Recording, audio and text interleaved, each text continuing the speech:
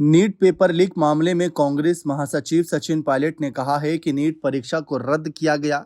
लगभग 22 लाख बच्चे पूरी मेहनत के साथ इस परीक्षा की तैयारी कर रहे थे। लगातार पेपर लीक के कारण सरकार को परीक्षा रद्द करनी पड़ी। अब सीबीआई की जांच बिठाकर जिम्मेदारी से पीछे हटने की कोशिश की जा रही है। पायलट ने कहा कि मुझे लगता है कि यदि 22 लाख लोगों ने ईमानदारी से कोशिश की है और परीक्षा में बैठे हैं तो सरकार को जिम्मेदारी तय करनी पड़ेगी। पेपर लीक में जो पकड़ा गया है उसमें सरकार की कोई भूमिका नहीं। बच्चों ने जाकर पुलिस में शिकायत दर्ज कराई थी। नेशनल टेस्टिंग एजेंसी अब नेशनल ड्रामा एजेंसी बन चुकी है और शिक्षा मंत्रालय के नाक के नीचे लगातार तीसरी बार पेपर लीक हुआ। नैतिकता के आधार पर तो शिक्षा मंत्री धर्मेंद्र प्रधान को इस्तीफा देकर आगे आते हुए जिम्मेदारी स्वीकार करनी चाहिए।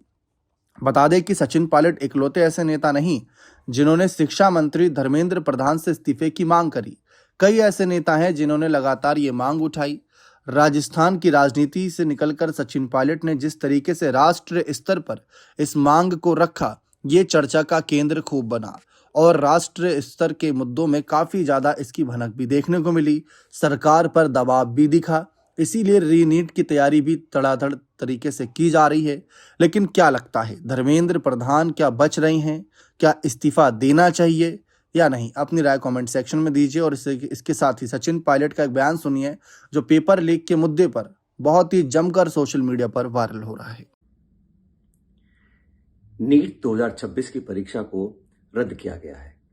लगभग 22 लाख बच्चों ने पूरी मेहनत के साथ इस परीक्षा की तैयारी करी और ये पहली बार नहीं हुआ है।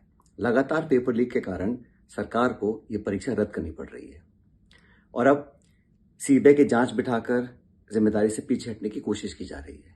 मुझे लगता है कि 22 लाख लोगों ने ईमानदारी से अगर कोशिश करी है और परीक्षा में बैठे हैं तो सरकार को जिम्मेदारी तय करनी पड़ेगी।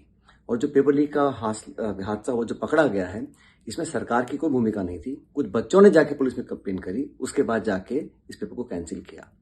जो नेशनल टेस्टिंग एजेंसी है वो नेशनल ट्रॉमा एजेंसी बन चुकी है और शिक्षा मंत्रालय के जो मंत्री हैं उनकी नाक के नीचे लगातार ये तीसरी बार पेपर लीक हुआ है।